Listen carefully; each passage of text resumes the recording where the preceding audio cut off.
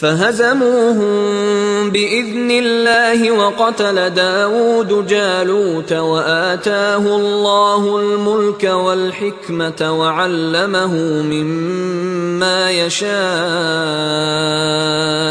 وَلَوْلَا دَفْعُ اللَّهِ النَّاسَ بَعْضَهُم بِبَعْضٍ لَفَسَدَتِ الْأَرْضُ وَلَكِنَّ اللَّهَ ذُو فَضْلٍ عَلَى الْعَالَمِينَ۔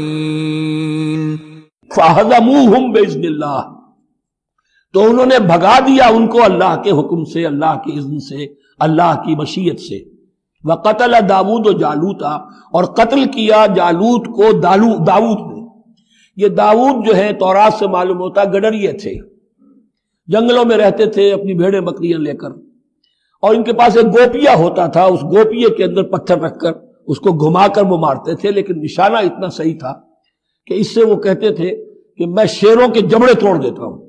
جب کبھی شیر آتے ہیں میرے بھیڑوں بکریوں کے گلوں پر حملے کے لیے، تو جب وہ آ گئے اتفاق سے، جب لشکر آمنے سامنے تھے، ادھر جالوت للکار رہا ہے کوئی میرے مقابلے میں، ادھر سب کے سب سہمے کھڑے ہیں، کوئی آگے نہیں نکل رہا، تو حضرت داود آ گئے اتفاقاً۔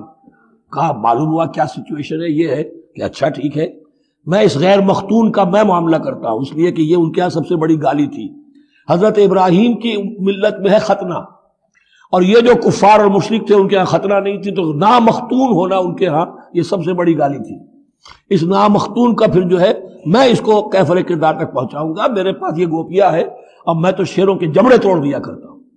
انہوں نے پھر وہ پتھر رکھ کر اور گھمایا ہے، اور سیدھا وہ آنکھ کے سوراخ سے اس کے بھیجے کے اندر اتر گیا، اور اس طریقے سے قتل داود و جالوتا، داود نے جالوت کو قتل کیا، اور اللہ تعالیٰ نے پھر ان کو جو براتِ عطا کیے، وَآتَاهُ اللَّهُ الْمُلْكَ وَالْحِكْمَةَ وَعَلَّمَهُ مِمَّا يَشَاءُ۔ ایک تو یہ کہ طالوت علیہ السلام نے اپنی بیٹی کا نکاح ان سے کر دیا، داماد ہو گئے، اور پھر انہی کو وارث بنایا، یہ بادشاہ ہوئے۔ اللہ نے ان کو ہی ملک دیا، حکومت دی، بادشاہت دی، اور نبوت بھی دی، دونوں اعتبارات سے ان کو اللہ تعالیٰ نے سرفراز فرمایا۔ وَعَلَّمَهُ مِمَّا يَشَاءُ، اور پھر اسے سکھایا جو کچھ کہ اللہ نے چاہا۔ وَلَوْلَا دَفْعُ اللَّهِ النَّاسَ بَعْضَهُمْ بِبَعْضٍ، اور اگر اس طریقے سے اللہ ایک گروہ کو دوسرے کے ذریعے سے دفع نہ کرتا رہے، زمین میں فساد ہوتا ہے تو اللہ تعالیٰ کو شکل ایسی پیدا کرتا ہے کہ کسی اور گروہ کو سامنے لا کر مفسدوں کا خاتمہ کرتا ہے۔ اگر ایسا نہ ہوتا، وَلَوْلَا دَفْعُ اللَّهِ النَّاسَ بَعْضَهُمْ بِبَعْضٍ لَفَسَدَتِ الْأَرْضُ، تو زمین میں فساد ہی فساد پھیل گیا ہوتا۔ اللہ تعالیٰ نے ان جنگوں کے ذریعے سے ہر بڑا فرعون جو آتا، ہر فرعون راموسا، اللہ تعالیٰ نے کوئی نہ کوئی اس کے لیے علاج تجویز کیا ہوا ہے۔